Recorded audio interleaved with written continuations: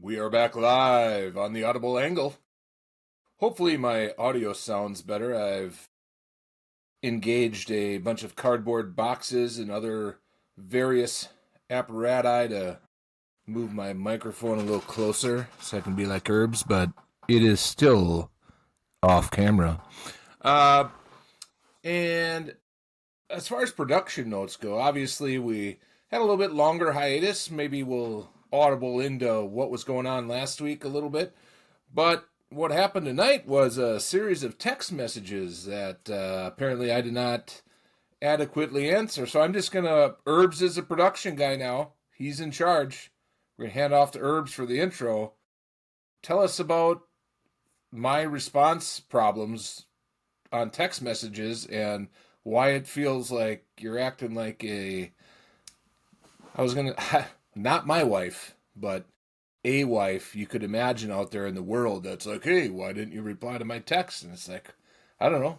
If no reply means I agree. Isn't it that simple, or am I wrong? That was basically your response today, was absolutely nothing. And I mean, I don't know if that was a long enough pause, because I essentially sent you these things at 2:00 in the afternoon to get ready for our kickoff at around 7:30 p.m. as we kick off kind of an evening show tonight.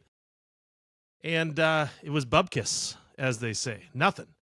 But there's a lot of things that we can cover. I know that you had a little hiatus. You went south, not south of the border, stayed in the continental USA, I believe, correct?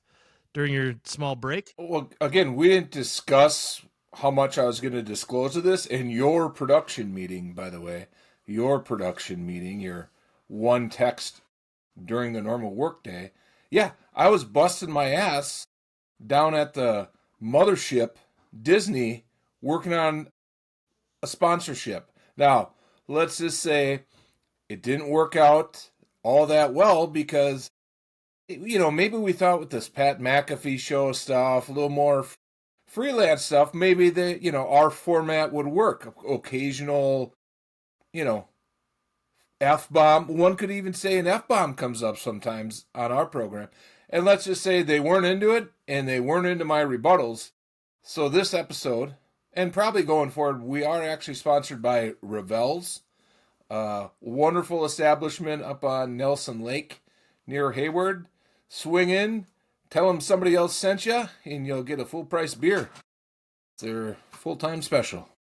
That's nice. Full-price beer. I was down. Nice.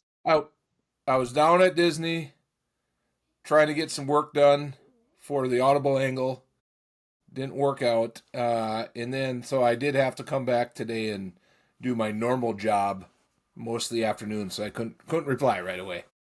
Well, and that's I do appreciate that. If folks that are listening can notice some shortcomings that we have, because we did pay for that flight, and we did pay that. This is on the Audible Angle, like this is on our dollar. We hit, after our 7th episode, we actually hit what we talked in when we started this. We talked about a Mason-Dixon line of if you can take a vacation on the company dime, and that we did hit that faster than we expected.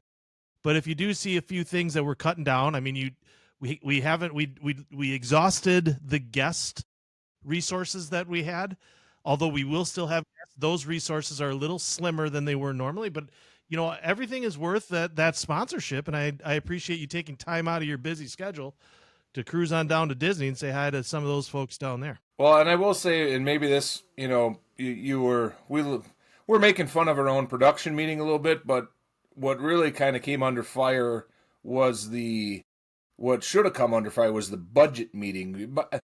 Yes, listeners, viewership, advertising, sponsorships, it's all going better than expected. We can safely say that. But perhaps, bringing my whole family with on that trip, business trip, and then staying for 5 days, that's the part where maybe maybe we could possibly bring in somebody from the outside as a budget consultant. Like maybe we got out over our water skis a little bit, and we won't do it again this year anyway. Yeah, thank you for refraining from taking another vacation with the 20 days that we have remaining in the month. I do appreciate that.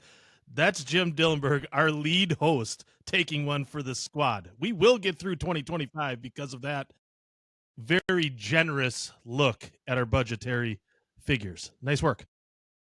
Now, one thing I did do, in addition to taking meetings with various characters down there, we'll just say characters, don't want to name names, but there's some characters down there. I did manage to kick my feet up on the old bed ski and the hotel ski and fire up the old Indiana Hoosiers, the old Bob Knight special.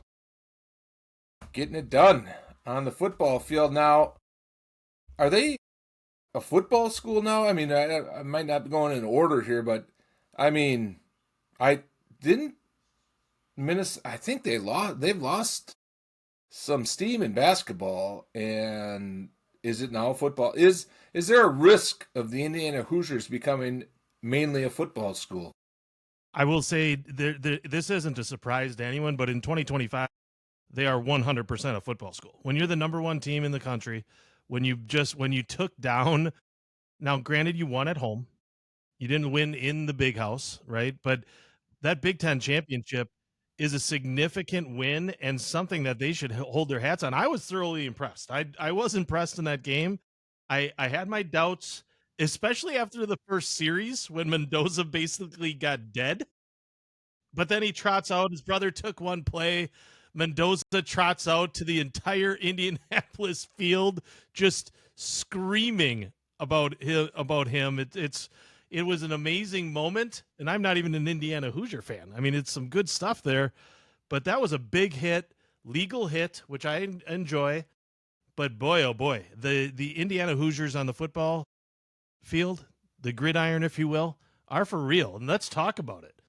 Is Indiana football for real? Yes, I don't think it's going to be a wild take here to say that they are for real in a national championship this year sort of way. They're for real contender in that. It's always, the playoffs are the playoffs. Regardless of what games you have scheduled, they haven't played all of these teams, and it really, there's so many teams. It's truly not a true measure. I mean, Ohio State's a pretty good measuring stick. But there's still the SEC. There's different conferences. It's a different level of hype each week. The reason why I think they're obviously for real this year as a contender, number one ranked team. Thanks for your insight, Dilly. But they've also done it now for a couple of years. It's been a natural build-up. It's not this isn't really a Cinderella story. They've been coming on for a little bit. A couple years ago, it would have been Cinderella, and it was, and the slipper came off. But they didn't go away. They didn't disappear like other Cinderellas have. This isn't UCF wasn't UCF like 11-1 making an argument for this. This goes back some years, and then you didn't hear of them again. This is an actual program build, and I think it's sustainable this year and going forward. And not to carry on too long here, but one of the big things is it seems like they're doing it a little differently too than other programs. Yeah, I mean, I'd be interested in your theory why it's done different. I mean, they still have a $20 million NIL. I think that's not different than most universities. I think that they're doing it different because of the name. I would agree with that. I mean, they don't have the history in football like an Oklahoma does, like a Miami does, like an Ohio State, like a Georgia, like Ole Miss, like Oregon, basically Oklahoma, basically everyone else in the top 12. They don't have that history. Now let's take Tulane out of that. Let's take James Madison out of that question. But everybody else has a football history and has a number of resources behind them. Somehow Indiana's been able to compete here. And really my question, if you're thinking that they're for real, I would agree, right? I think they are for real. When you beat Ohio State in the biggest game, and all things that I've heard is that environment was like a national championship game down there in Indianapolis with the Big Ten championship. I watched it. I kind of felt it. Hear from other pundits out there on social media and shows and such that it was the real deal. I do think I'm interested. Don't lose that thought of they do it differently, because I'd like to hear that. But they brought in a transfer quarterback who's in his 5th year. Mendoza's the real deal. We'll talk about him coming up here. But I do want to kind of say, how do they get there? How do they get now from, all right, I'm firmly on the Hoosier bandwagon, right? I'm on that bandwagon probably as much as you are at this point. But what's their path? And their path is fairly simple, right? I think Texas Tech is maybe their biggest threat on their side of the bracket, but they're going to skip Ohio State. They're going to skip an A&M team that's pretty solid, and certainly I think the second best team in the top 12 right now. And we'll dive into that a little bit further today. But Georgia is probably the team to beat, truly. But they don't see them until the championship, right? So they're on the correct side. They got some help with the rankings there, but they'll have to go through Texas Tech.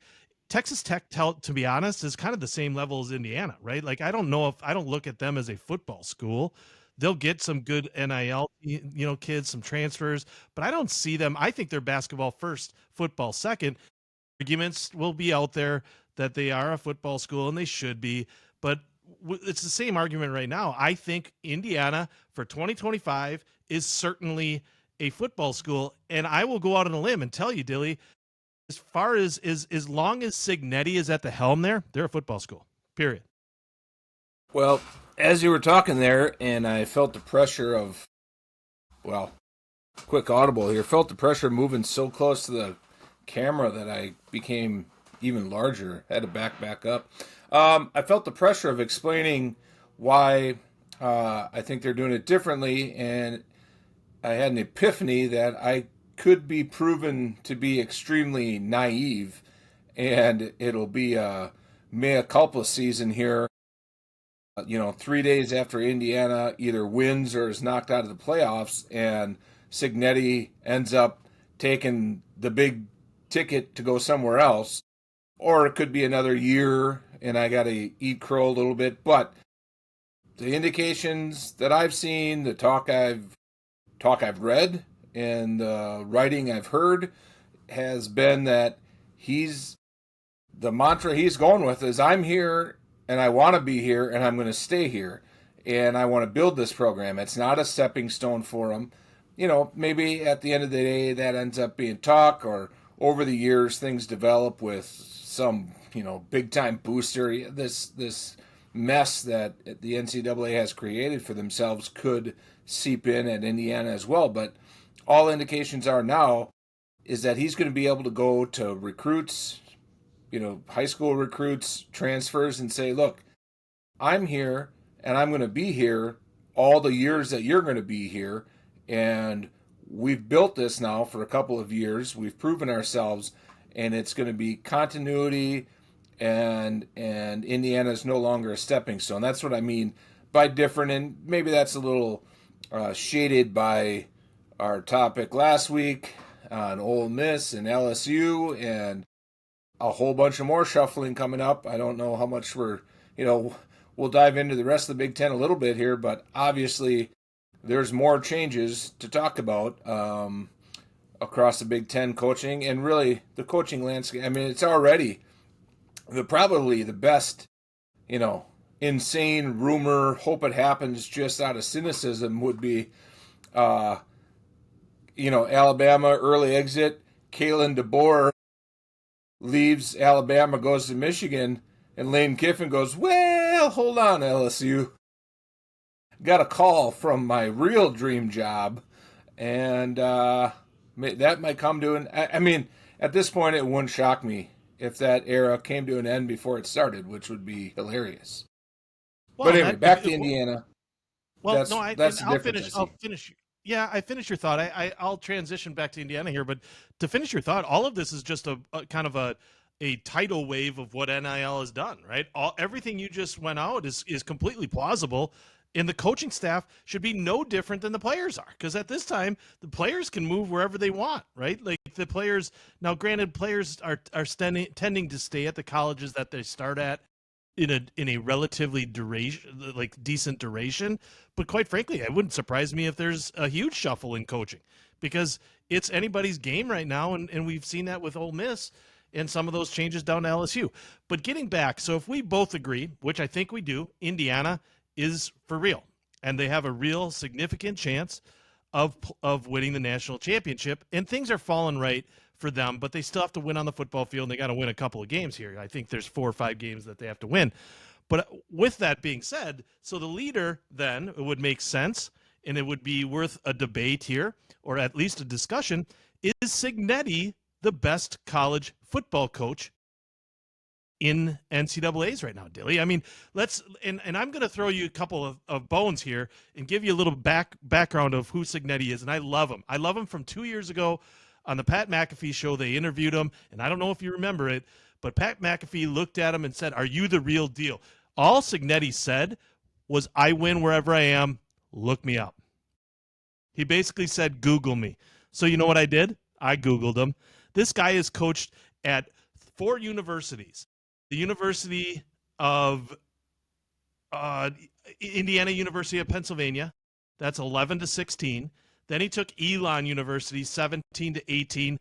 Then he had, ironically, James Madison. He had that job from 19 to 23.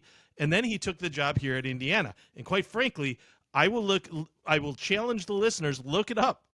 The guy wins wherever he's at. Now, granted that Indiana University of Pennsylvania isn't a football powerhouse, but when he left, they were winning. And it's not a just over 500 winning. This guy's winning, losing maybe 1 or 2 games at all of his stops, and he just wins. So let me go back to the main question, Dilly. What do you think? Is Cignetti the best college football coach in the NCAAs? One of our liveliest critics may critique us again here on going back and forth and flip-flopping.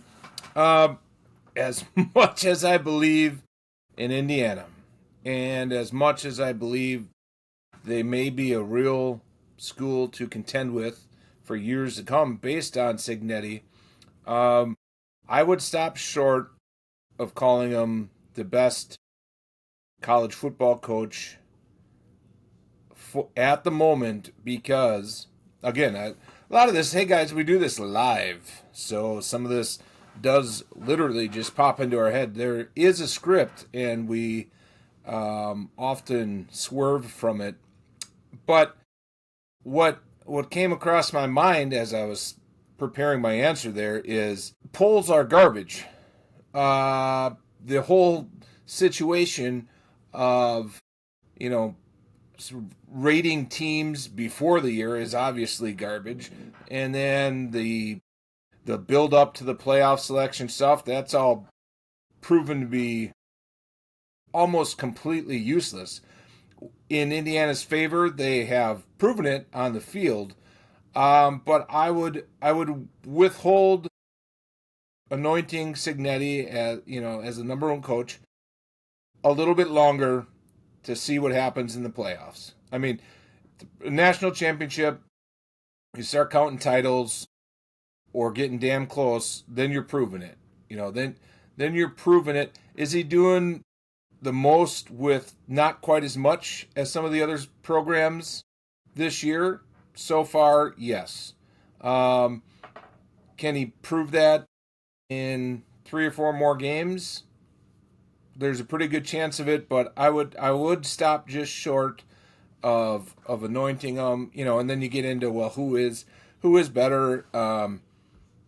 I'd put him on equal footing with a lot of the other coaches. I mean, you mentioned Georgia earlier. You just expect Georgia to be here every year as basically a favorite. There's something to be said for that. And I guess the scope of your question, are we including, we're saying he does more with less. He hasn't been there that long. He's building a program, but do you factor in the recruiting and the ability to market and get the NIL dollars and get the big transfers and all that? That's going to be all part of it that you have to build and sustain over time. If you're going X's and O's, he's proven a lot, and he's got to finish the deal for me to put him as a clear cut on top candidate. All right, I think you bring up a good point, and I think we need to clarify that, right? What makes a great coach, right? Like what makes the best coach? So if you look at it, and I would argue, and I'm asking now, I'm not asking greatest of all time. I'm not going that. I'm not going there. Yeah. I'm not smart enough to say that Saban is on the top of that list and forever. Let hold your peace after that. There's going to have to be time to even get Cignetti in that conversation of greatest of all time. I'm not talking about it. I'm talking about 2025, right? So everybody that's getting fired up listening to this right now, I'm not talking greatest of all time. I'm talking 2025. Is he the best college coach? Would he be one of the best and most sought after college coaches if he'd said, I want to go somewhere else, which he may, to your point, Dilly. I mean, maybe he's hit his ceiling at Illinois. Maybe he can tell you whatever he wants, and he has to say what he's been saying is, I want to be here. You know why? Because he has a recruiting class that's looking at him this year, and he's going to bring in a shitload more kids after this run than he did last year. And it's still a good run. I will tell you that I base a great coach on a couple of things, and it's very simple to me. Number one, winning and losing. And you've won every game. They're 13-0. Check that box. I don't see any. Now, do they play a couple of cream puffs in the Big Ten? Sure. So does the SEC. Maybe not. Maybe we can argue, and we will argue the Big Ten today, or we'll discuss, if you will, the Big Ten today. Maybe they're stronger up on top than they were, but let's be honest. If you play Wisconsin this year, it wasn't a hard game. That was a gimme bye week, where it really wasn't in years past, 10 years ago. But my point then is, the second point is, can you coach these guys up, right? Can you get more than what their stars say they are? Because if you get all 5-star recruits, which, to your point, Dilly, Georgia does every single year, they're going to have 10 to 20 5-star recruits because they're Georgia. You don't get that at Indiana. And I'll tell you right now, was Mendoza a good quarterback before he went to Indiana? Yes, he was. Was he a great quarterback? Was he a Heisman quarterback? No, he was not. Who made that difference? Now, I understand that Cignetti isn't the say-all and only coach on the roster at Indiana. He has quarterback coaches. He has other resources in that program. But it starts and ends, the success starts and ends, and the failure with the head coach. We have to agree with that. So those are the two frameworks. And then number three, the coaches who's recruiting these guys. I know they have recruiting coordinators. I know that. But at the end of the day, they are looking at the head coach, and kids will come to play for head coaches. Watch it at Ole Miss. Watch it at LSU. There's going to be guys that come for those coaches. I'm going to go out on a limb and tell you right now, one of the biggest points outside of winning and losing and recruiting is, do you get more with less? And Cignetti is getting more, absolutely more, from top to bottom, and competing at the highest levels. And you're right, we will find out in the next 4 games if he can win a national championship. But I will tell you that I will announce, I can anoint Cignetti as one of the greatest coaches, if not the greatest coach in NCAA right now, to get him where they are today without the 4 wins. Right, and we have to assume that they're gonna go into the second round because they've got a bye. Let's assume they beat the 8-9 seed winner.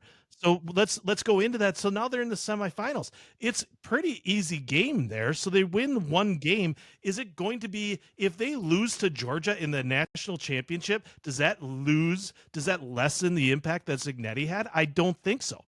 I will tell you right now, that guy's the real deal. He's the real deal up here in his own head, and he's the real deal to the 153 kids that he has on that roster. And that's why he gets the most out of these kids, and it's worthwhile. I will go on record and tell you that I believe that Cignetti is the best coach in 2025 in the NCAA. I think that's fair. I'm just not ready to go there yet. I don't know if I can put him ahead of Kirby Smart right now for active coaches. I understand the recruiting differences. I believe I'm trying to reference this a little bit. I don't know that I'm looking right now. I'm finally getting there. I think that had been, Kirby Smart kind of started, it had been 12 years, I believe. It had been a long time since Georgia had been a national championship. They were a great program too, better than Indiana was, but he has, in his time there, taken them up a level as well. Maybe not as big of a level as Cignetti has brought up Indiana, but he brought him up the hardest level, which is that final step. So I'm gonna stick with Kirby Smart for today on that. Okay, that's Just fine. and I'm giving a little backfill credit for he didn't take over for an already national championship winning program. He stepped up and got him over the hump. Fair point. And That that's would be just a where little bit DeBoer. more. That's where DeBoer would come in, right? Like Alabama, he took over Saban. If DeBoer would have went and won, he would be in the conversation, but he's not, right? He hasn't won, and Alabama is constantly underachieving. But he's been coaching for exactly this is his third year. He's been coaching since 2023. This is his third year, and he has them in number one, a Heisman Trophy quarterback. He's got one of the best defenses in the country. He's got one of the best offenses in the country, and he just beat the defending national champion who was the incumbent number one basically all year. Ohio State is just steamrolling college football, and then Cignetti says, not so fast. So I agree with that. I mean, I guess to your point, that's fine. I mean, Kirby's done it for years, and I think maybe a point that I didn't bring up is longevity. Longevity. Now do it again. Do it again. Do it again. Now it's going to be harder for Cignetti to do it again, but if he does it again in 2026, I mean, we're going to still be doing this podcast because I believe we just signed the rights for another. I mean, it's an up and coming program network, but you'll see us soon. We've got a 10-year contract now.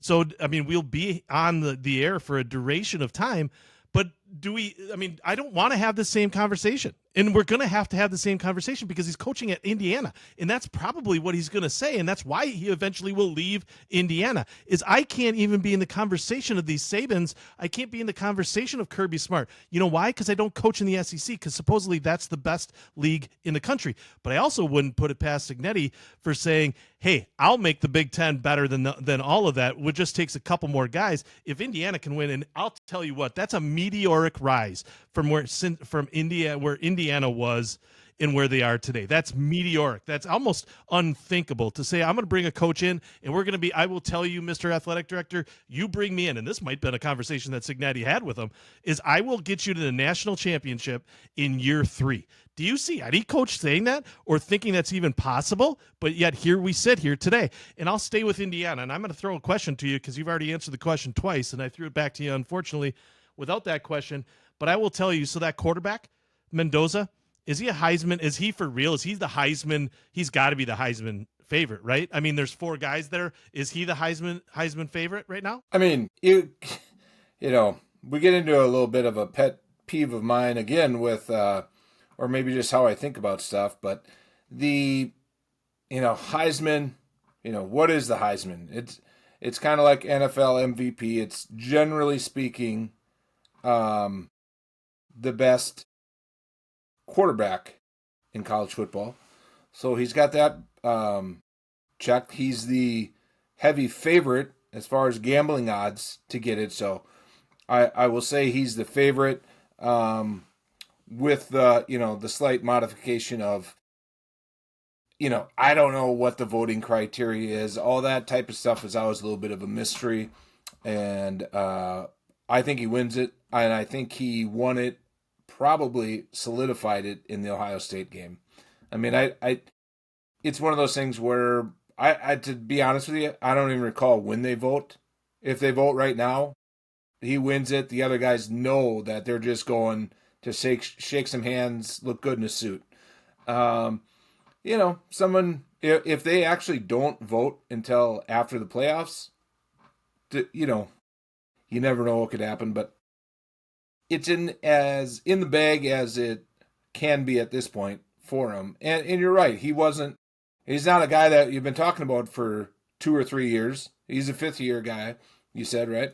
It hasn't been a 3-year build of Heisman noise about him. So it's impressive. Do you think he's got it in the bag? I mean, you have to answer that question, you have to know who the other finalists are, right? And I think it's pretty cut and dry, to be honest. You've got Jeremiah Love, running back. He's a junior over at Notre Dame. Good player. his team kind of let him down. They didn't get into the college playoff. He doesn't have extra games to show himself. So really, quite frankly, he's not in the conversation. He's only like fifth or sixth in the country in rushing anyway. Maybe he has a couple more touchdowns than most. I think he's first in touchdowns. But at the end of the day, he wasn't that special. Like he wasn't. He's not Genty special. You know what I mean? Like he played on a good team. Don't get me wrong. So they were multifaceted. Then you have Fernando Mendoza, fifth-year senior. Then you've got Diego Pavia. I think he's the same thing. I think he's a transfer too, and he plays for a team that's kind of. I mean, thank you for taking the high road, Vanderbilt, for the college football playoff and being like, hey, we didn't win the game that we needed to win, so we shouldn't be in that. You're right. So now that also probably hurts me. Was he a good quarterback? Was he a good quarterback for an average team? I think so. Right? If you put Diego Pavia on one of the other teams, maybe on Miami or any of those other teams, maybe he is in the finalist, or he is a true thought. But then you've got Julian saying for a quarterback over at Ohio State, and here's why I think it's an easy decision. That head-to-head matchup showed who the better quarterback was. If your choice is sitting there between the Ohio State quarterback and Mendoza for Indiana, the answer is simple, and you're right. He won it before he has to play a game in the college football finals. I think that there is no question that Mendoza has played himself into a Heisman, and quite frankly, I will go further. The guy is ready for the NFL. The guy's got a style good for the NFL, right? I think he's one of those guys that's not going to be a flash in the pan for Heisman and then kind of flame out. But what do you say? I mean, isn't that kind of a simple for the finalists? There's really the guy from Notre Dame doesn't have a chance, I don't believe, although he is the only running back. And you're right, the Heisman has turned into a quarterback competition, unfortunately. I think that's unfortunate for the Heisman. But at the end of the day, those other three quarterbacks aren't as good, nor on as good teams to compete with what Mendoza has as far as a resume, period. Well, I think the only one on the list that had the success and the added it factor. I don't know if it factor is the right word, but the little added pizzazz was Diego, and I think in order to be in serious conversation for him, he would have had to get Vanderbilt into the playoff. I think that would be a very fun story if they would have gotten in, if they could have got the win they needed, and gotten in and maybe won a playoff game, then you'd maybe have a serious conversation about it. I mean, I think I don't know if they filmed Mendoza in the Heisman house yet, but they might. I would go out on a limb and say they might as well. But I mean, at the I beginning did of the have season, to go back Billy, and look. What's that? Go ahead. Yeah, I was going to say I looked back. It was Travis Hunter that won last year, so in our face on the quarterback award. But the guy had to play every down on offense and defense and be good at both in order to beat out the quarterback. So and have a bullhorn of a father to get him out there who can pull a lot of weight, who has a Heisman in his own pocket. So he's in the ears of all those Heisman voters, right? You don't kid yourself. Yeah. There were politics that were involved in that too.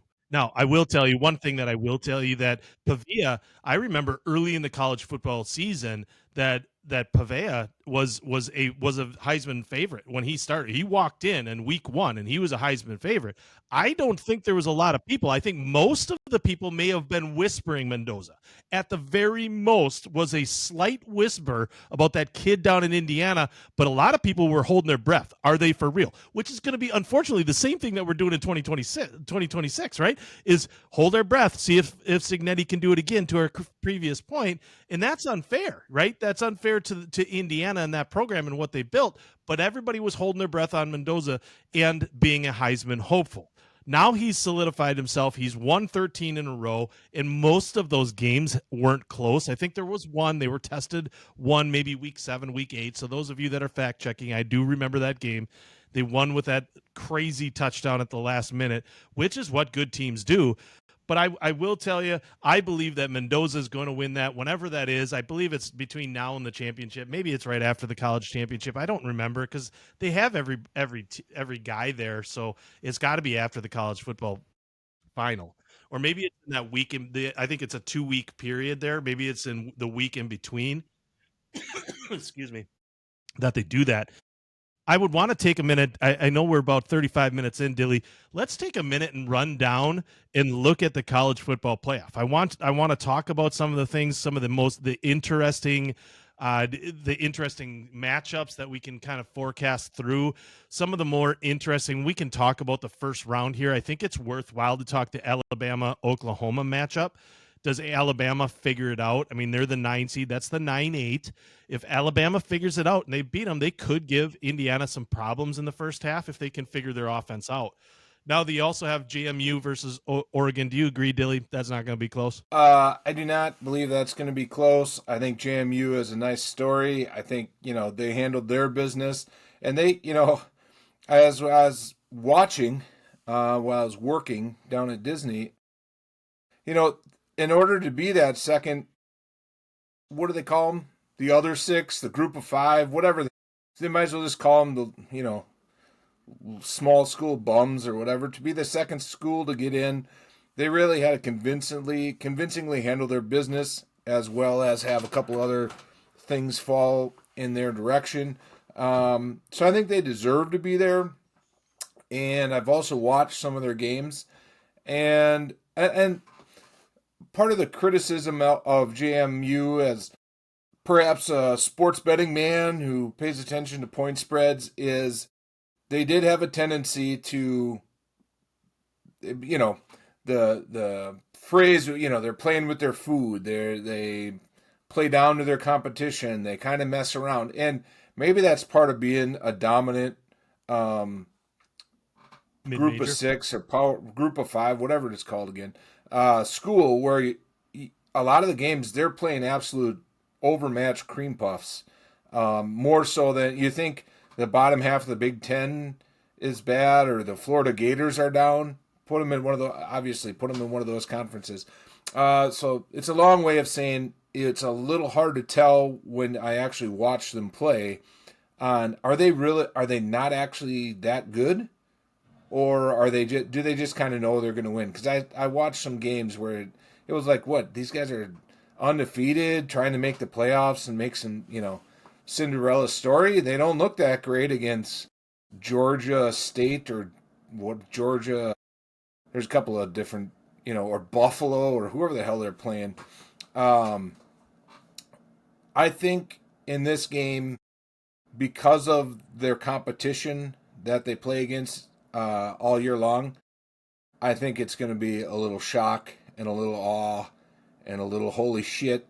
Unless, again, this is always easy to say for an underdog, but unless they really start off hot or are, they can't withstand three and outs or, three real short drive punts, because I do think Oregon will score on them, and they perhaps don't need to necessarily score a bunch of points immediately, but they got to feel like they can drive the ball and get 3 or 4 first downs, and they can force a punt. If they do that in the first quarter, maybe it stays closer for a bit longer. It's a bit more of a game, but I have a feeling they're going to get run out of the gym. Yeah, to your point though, Oregon hasn't looked bulletproof all year. They've had their blips, and if if James Madison catches them on that blip, there's a chance, right? There's always a chance. That's why they play the game. But a 5-12 game doesn't kind of strike me as good in the college football playoff as it does the NCAA March Madness. I love that. I love me a 12-5 matchup in March Madness come March. But I do want to, let's go on the other side of the bracket, Dilly. Let's talk about first round. You got Tulane, same kind of squad as James Madison, playing Old Miss, who doesn't have their leader. Obviously, he's kind of hanging out in the bayou, not worried about his. Although I did see, side note, he sent 4 of his LSU coaches that were on the Ole Miss staff back up to Ole Miss to help him out in the playoffs. Did you notice that? Nice work there by the head man. Like that. Screw you, athletic director. No, you got him. So you can take them. So I don't think Tulane, I don't know much about them, so I'm not going to speak like I do. I don't think they have a chance against Ole Miss, even though they don't have their coach. That team either could go one way or the other. Maybe they don't give a shit because their coach left, and I hate this season, and I want to leave this school. And probably 15 of those dudes have their feet already in LSU. But then the other matchup that I think we should spend some time on is that A&M game against Miami. Is Miami for real? Do they deserve to be in the college football playoff? Is A&M just going to bury them? Because I could see A&M winning by 30 in that game. Well, I'm going to put the whole thing in reverse, Herbs. All right. Hope this doesn't throw you off too much. See you taking a drink of, is that some kind of high octane caffeinated beverage, or what do you got there? DP. Zero sugar. Yeah. By the way, gotta folks, watch I just have the sugar levels. This is straight Diet Coke, no enhancements. All right. I think let me take back control of the show here because we kind of glossed right over most likely the best game, Alabama and Oklahoma. Alabama is favored. It's only 1.5 according to the sports book I'm looking at. I think that, I mean, I brought it back to this game. I don't have anything terribly insightful. I think Alabama wins.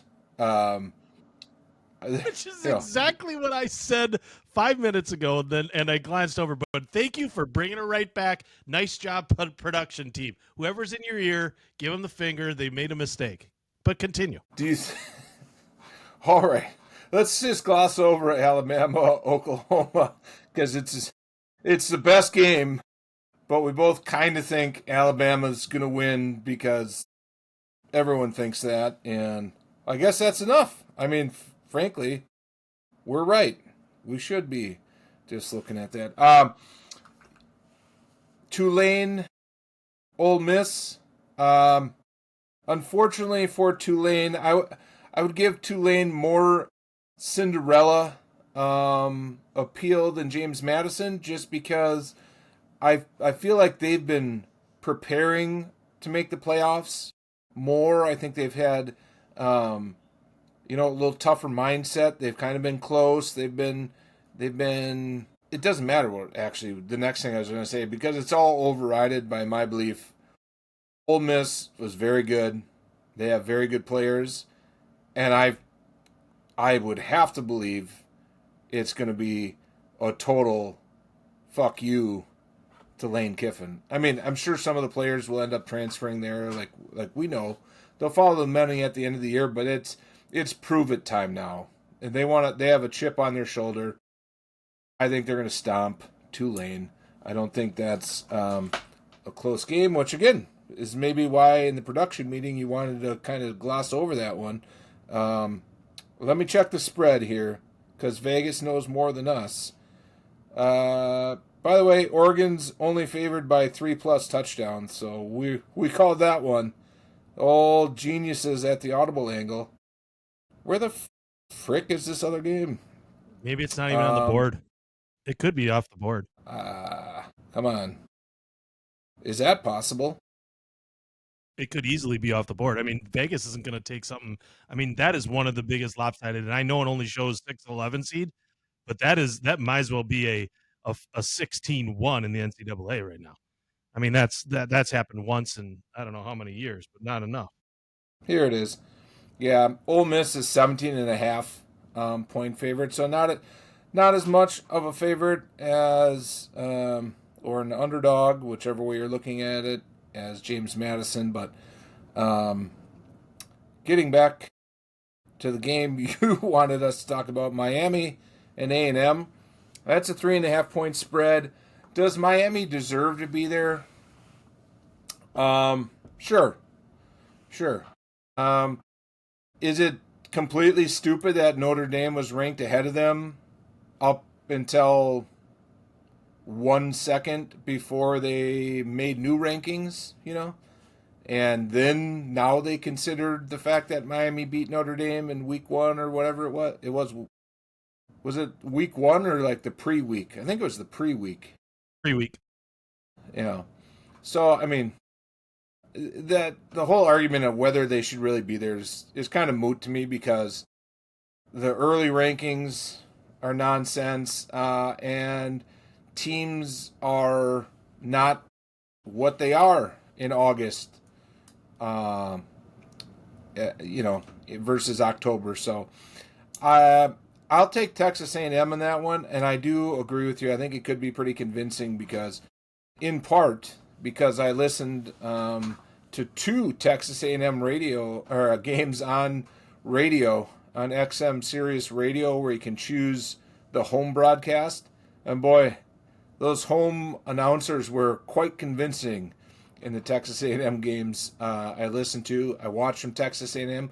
They kind of faltered a little bit down the stretch, but I don't think that I would consider them. I frankly think they're a dangerous team for their entire side of the bracket. I would say if we're going to look a little more extended at the whole bracket, and um, you know, they're staring Ohio State. How does Ohio State respond? They get a bye, but they're coming off a game. They thought they were. I would be willing to bet most of Ohio State thought they were going to stomp Indiana back into their place, and they didn't. And for a team like that, they had their win.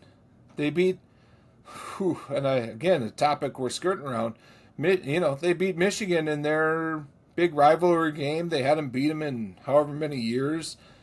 Now, there's enough time in between for them to kind of gather themselves back up, but it's definitely a question mark on if they're going to be back to being Ohio State by the time A&M, who we presume to get through, gets to them. Yeah, I do want to ask, and this will be a big picture ask of you, and look at the entire bracket of those teams we've already spoke about. Obviously, you can pick that from there, and maybe you want to leave out Indiana because we've talked about that already. But what other team are you looking at as having a favorite to win this thing?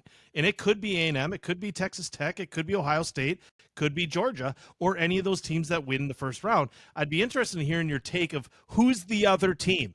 I've kind of already tipped my cards a little bit. I kind of flipped it up at the beginning of the hand, right?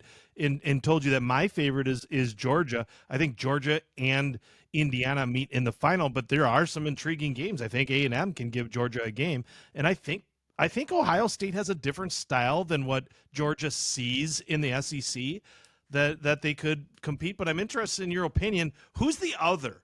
Like, who is your other in that college football playoff that's going to compete with Indiana?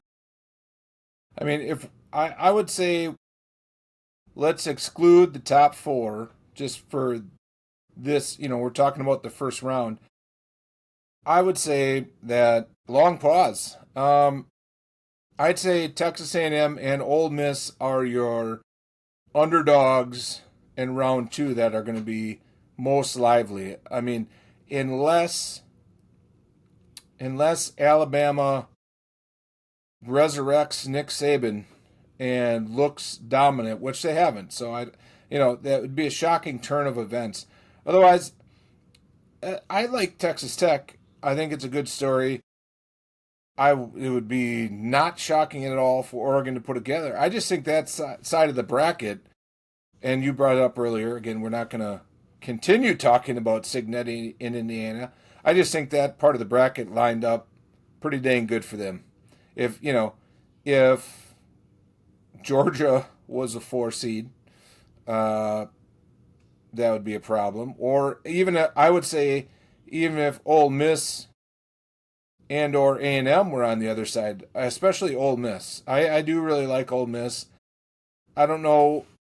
They'll pull Georgia in the second round. That's just a tough one due to familiarity. Maybe it helps them, maybe it hurts them, but I would like, put me on the spot here. I guess the team I'd say is Texas A&M then, because if we're a little unsure on Ohio State, and I'm pretty unsure about Ole Miss getting past Georgia, I would like Ole Miss against Ohio State if they did get past Georgia, and I'd like them against A&M and Ole Miss would be a great game. It's almost A&M is my dark horse team. We'll just try to wrap it up with that thought. I'll concur with that. I think they're a good dark horse. I think a lot bears. I mean, let's be honest. If Miami comes to play, they can give A&M some problems because they play kind of a wide open game. They're kind of those gunslingers down there. You never know what you're going to get. I mean, it's it is back to the old Miami days, right?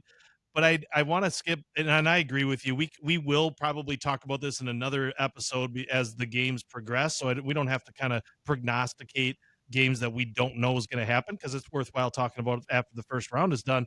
But I do want to get to one point before we wrap up episode 1 tonight, and I appreciate you giving me the reins, the production reins, if you will. Your brain is probably still on vacation, but I do want to talk about what's happening in the Big Ten. And one of the points that I want to talk about is what's happening down in Michigan right now, up in Michigan, over in Michigan, depending on where you're at, man. That's a cluster, and we can throw it out there. What is going on with the head man in Michigan? Very, very kind of sparse news. Obviously, he's out, but the reasoning behind his is out is, man, this is.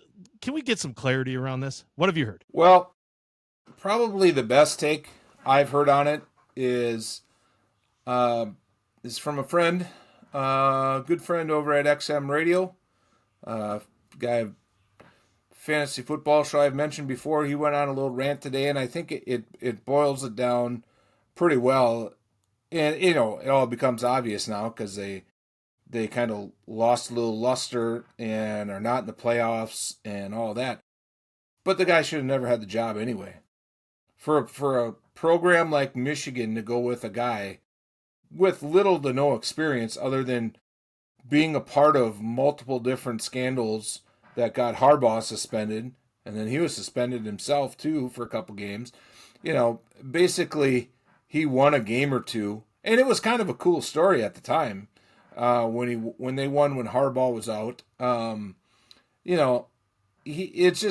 It was a bad step that they didn't rectify, and I guess parroting further the talk that I heard is he basically got rewarded for keeping his mouth shut during their other scandals. It's like, well, he knows all the dirty little secrets, and including like the videotaping shit. Didn't they have videotape and signal stealing? They've had a lot of shit going on, and he was there for a lot of it. And I think that's why they were so inclined to keep it in-house. Maybe, he won some games. They lost early this year, and it kind of seemed like they were completely done. And then they kind of bounced back and had a chance at relevancy again at the end of the year. So it wasn't, I wouldn't necessarily say on the field. Yeah, they lost to USC. They lost to Oklahoma. So they were kind of out of it halfway through the season and almost fought, in part due to other teams accumulating losses. So I won't say the on-the-field product was a complete glaring disaster, but when you have it, and the word on the street, as far as the affair goes, all the tweets and stuff I saw was like, yeah, everyone knew. Like, players knew, Michigan willingly, willing ignorance at the very least, because it wasn't a very well-kept secret. And this goes back to 2024. Players talked about it, off the record stuff and joking and stuff, as those things usually are. I mean, have you ever been around a workplace shenanigans or that sort of stuff? It's like everybody else thinks they're pulling off the biggest secret in the universe, and they don't realize everybody makes fun of how stupid they are behind their backs. So I would comment, but I can't. I signed a piece of paper that said I wouldn't comment, so I won't comment. As long as Audible Angle members and production team, sound guy, if you keep it clean, at the very least, just don't be stupid. I mean, there's two ways to go: just stay clean or don't be stupid. You got two choices, and they chose neither. And I think, we're going to talk maybe just a touch on the Big Ten overall, and it's a detriment to the Big Ten. As much as we're Gopher fans and Badger fans, we don't want Penn State in the shitter and Michigan in the shitter. Thank goodness Indiana pulled it off this year, because otherwise it's, the whole conference is in decline. Then you got people, and as much as fake as football rankings are, and we're never going to have a, head-to-head a whole bunch of head-to-head battles with the SEC, it does look like trash when didn't really have 4 teams in contention. We had 3. And Oregon, like you kind of said, you kind of forgot about Oregon, honestly, half the year, like because they weren't blowing people out. It wasn't the same thing we expect from Oregon. So it's bad.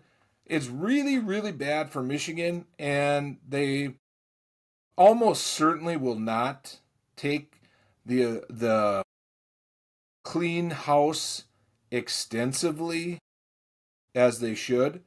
I don't know what all the positions are in college anymore. Like, is it Board of Regents? Minnesota has a Board of Regents, and people act like that's. I knew some Board of Regents, and this isn't even during my time there. I knew some after. Dumb as boxes of rocks, like seriously, not intelligent people, and they were on the Board of Regents. So I don't even know what all this shit means, but they should clean out athletic director, everyone. And pretty much everyone should be cleared out. Anybody that had even, a chin hair involved in the football program should be out. Yeah, I will agree with you. I think the Big Ten is in trouble. I think the Big Ten is in trouble because of Michigan. I think the Big Ten is in trouble because of Penn State. I think the Big Ten is struggling because of Wisconsin. I think they're struggling because of Minnesota. I think they're struggling more because of Nebraska. Now, right now, you look at the Big Ten teams. You look up and down. You do have the 3 teams that are in the college football playoff right now. So you have Oregon, Ohio State, and Indiana. Indiana never was in the conversation, so that really doesn't hold weight nationally right now. But it does. Okay, so they're the number 1 team in the country. Is that a flash in the pan? Meh, I don't know. I think they'll probably last a couple of years, depending on how long Cignetti talked about. But we've already been there. But then who else do you have? Like the 4th best team in the Big Ten right now is one of the worst teams to watch play on a Saturday, and that's the Iowa Hawkeyes. That is not a brand of football that is fun for anybody besides Iowa fans to watch. Do you agree? I mean, come on. Nobody wants to watch that because it's junk. I mean, they play defense and punt and then play a little bit more defense, and then they got a really good return dude down there. You know that? Super good return guy. So let's watch special teams. That's what I turn an ESPN game day on for, right? Tim Dwight, right? Yeah, it's his protege. Tim Dwight was in the 90s, and then we got some Swarnick guy or some baloney. I don't know what his name is, but he was pretty solid. I mean, that is a sad state of affairs when Iowa is your clear-cut 4th best team. And I guess we're leaving Penn State and Michigan off to the side because Penn State, I think they made a decent hire. They got a chance. I don't like how he left. I don't like how he left. Well, that gets into the whole NIL and coaches. It's all smoke and mirrors now. It's hard to be a fan, to be honest with you. And, and if I'm being honest, I like watching the big college football games in a very fun picks league where we pick a lot of college games, so I watch a lot of it. But I do find it harder than ever to even keep track of the players, and where they are, and you don't have guys that you knew year after year, like, oh, we're facing Ron Dane. Okay, here we go again. It's none of these guys would stay. I think the problem is, and maybe problem is maybe too big of words. The teams I'd put in the middle that seem to have a chance of doing something. Now, Wisconsin's fallen off a little bit, but I'll include Wisconsin for the sake of our Badger fan listeners. But Wisconsin, Minnesota, Illinois, Iowa, we're kind of setting them apart because they are just what they are. They're not really, they're nothing. They're not. I don't think they're going to get over the hump. It just doesn't seem like a program that's going to get over the hump and have a magical season, And lo and behold, I forget that we have 32 teams. Maybe you put USC in there as a team that, but again, that's a potential superpower that's underachieving. That from the Pac-10, everybody kind of thought, even Oregon, everybody thought, yeah, they're flashy, they run up big scores. They don't play defense, and if they faced all the top teams, they get steamrolled. Against the SEC. But um, I guess what the point is, we need those teams, that group of teams. I'll include USC, Illinois, Minnesota, Wisconsin. We need somebody to have a magical run and not have, and it doesn't have to even be magical. It's got to be you stop losing a game a year to Rutgers or Maryland or whoever. You can't drop. You can count on those teams to drop a game or two that they shouldn't, which just leaves them out of even Cinderella story territory. Yeah, I mean, I do remember like some of the teams. One of the teams that we're forgetting about here is Michigan State. Used to be fairly solid. They created Kirk Cousins, who's real solid up there in Minnesota land. But I mean, you've got the top. The way I'll go right down the list: Indiana, Ohio State, Oregon, and USC. USC was fourth in the conference. They finished fourth, but they don't. They didn't. I forgot about them. I don't know who they. I mean, Michigan next, Iowa, Washington. That's another team that should compete, and they're not. Illinois fell off at the end of the year against some subpar teams, which include Wisconsin. Then you've got Minnesota and Nebraska is a powerhouse in the Big Ten. They've been for years. They were a strong mid-tier team, and they haven't been that. Northwestern, that's a team that's never been good, but they're smarter than everyone. UCLA, Penn State, they've been in shambles, right? Like since that whole ordeal, they've been in shambles. So we kind of keep them out. Rutgers, Wisconsin, boy, is that a travesty. Wisconsin almost is in the bottom four with Michigan State, Maryland, and Purdue. And Purdue hasn't. They've got to Purdue might think about not having a football program anymore, right? Like, I mean, what are they doing? They're not even winning a game. That is a basketball school. If we're talking about is Illinois or is Indiana a football school or a basketball school, you got to remember this, man. Purdue is a basketball school first and only. All Well, right, I man. mean, if we wrap up our college football talk here with the Big Ten and the SEC, I mean, we need the teams we just talked about: Minnesota, Wisconsin, Illinois, USC. If you're looking at the SEC, it's not maybe as huge a jump as everybody thinks. I mean, just again, straight looking at the standings, we need those teams to be able to go, maybe not to playoffs, go to a bowl game or, non-conference schedule and be able to beat or play very tough games with Missouri, Vanderbilt, welcome to the conversation. But I mean, Tennessee, LSU this year, Tennessee, LSU, Florida, Auburn, Kentucky, and then even down at the bottom, South Carolina, like South Carolina, Arkansas, Auburn, they're down, and they would kick the shit out of Purdue and the real bottom feeders of the Big Ten. But I think that middle group of the Big Ten is a step or maybe three quarters of a step away from playing competitive, pick 'em 50-50 ball with whoever ends up in the middle of the SEC. It is just that it's that bottom 4 or 5 teams that I think are the bigger issue. I know my previous case was kind of the middle team, and the middle teams are behind the middle teams in the SEC, but it's not like Minnesota, Wisconsin. It's not like we've never beaten SEC teams in bowl games, which is the main time we'd see them.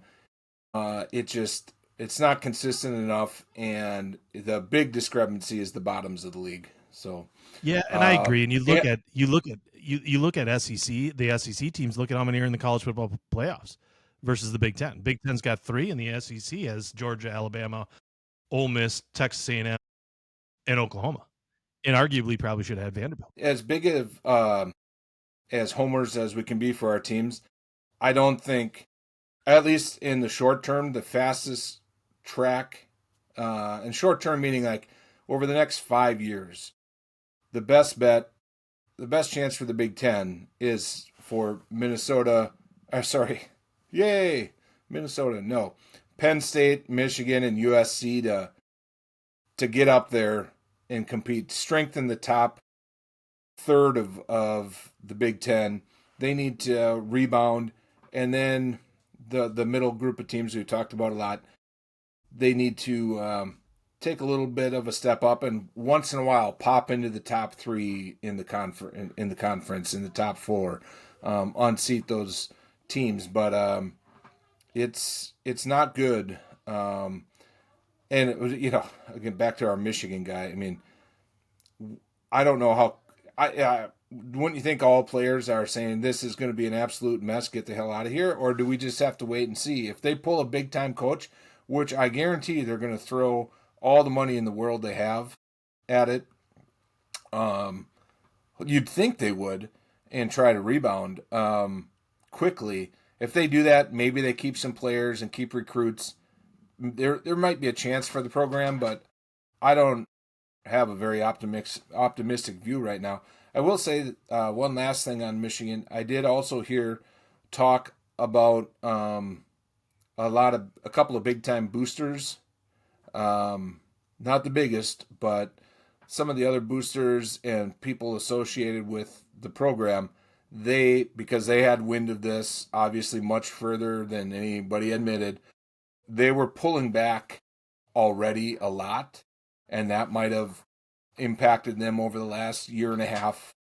That this happened, and they got rid of him. He might have been gone anyway, even without this stuff, because, and that's something maybe for another day when we're bored in March between NFL free agency and the draft or something, just to try to understand how all of these influences work in college football.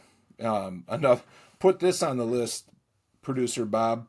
Why do these teams hire a consulting firm to hire a coach?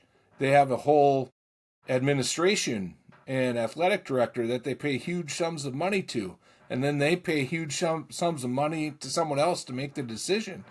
And around all that is a ton of boosters and guys you never heard of. Phil Knight, or everybody knows he's the big donor in Oregon, and I forget which guy is the Michigan guy. I keep wanting to say Steve Ballmer. It's not him. It's Larry Ellison, maybe. A billionaire guy. You kind of know those guys, but there's a bunch of 100-millionaire guys that have all this pull and sway, and I don't understand it, and I don't see myself liking this era of college football more anytime soon. But I'll watch it. I'll watch the games, the big games, and I'll tune out the rest of the shit and try not to care about it. I think it's healthy and good that as much as we're fans of the Gophers and Badgers, I don't get deep into that stuff, and I'll just enjoy the football for what it is, and hopefully the listeners enjoy our show for what it is. End of the story, moral of the story, is we need the blue bloods in the Big Ten to show up, and that includes getting some head coaches there that'll stick around for a couple of years. I think Cignetti gives a great look for the Big Ten. I think there's some swagger there. I do like that Indiana is back in the mix because of Cignetti. But let's wrap up the show. You have anything to finish on today? I mean, I know that we haven't touched anything on the NFL. That'll be for next episode. We got to talk about the Bears-Packers. There's going to be a preview, Bears-Broncos. We've got to talk about the AFC shakeup, the NFC shakeup, that big win. I don't know if you've heard, Dilly. The Packers beat the Bears on Sunday. So that kind of shook it up. The number 1 seed went to 7 in the big pack. The green and gold are now the 2, but that's kind of a look into the future, which could happen sooner than you think. But we've got a conversation. I think we're going to move to the NFL next episode. Yeah, we're going to make a pretty quick change over to the NFL. We're going to give the listeners a little bit of a rest in between episodes here. You kind of put us in a box by mentioning the order of the episodes. Who knows? Maybe the production team is going to switch it up and put one before the other. But I think we got time to get college football wrapped, which we are doing right now, and we'll still get out Packer Wrap and Packer Pump for Denver. We'll get that out to you before kickoff, and it'll be sooner than you think. And a little further into the future, luckily, we had the World Cup draw, which was the whole show was something. We'll just say a little teaser there. It was something. And we'll look forward to breaking that down. The good thing about the World Cup, plenty of time to build that. We can kind of slow cook that one. Set the oven at 120 degrees and put the meat in there and leave it for 3 months. But we'll start heating up the oven on World Cup, specifically U.S. men's national team, of course. Give us your feedback, and see you soon, Urbs. See ya, fella. Nice work.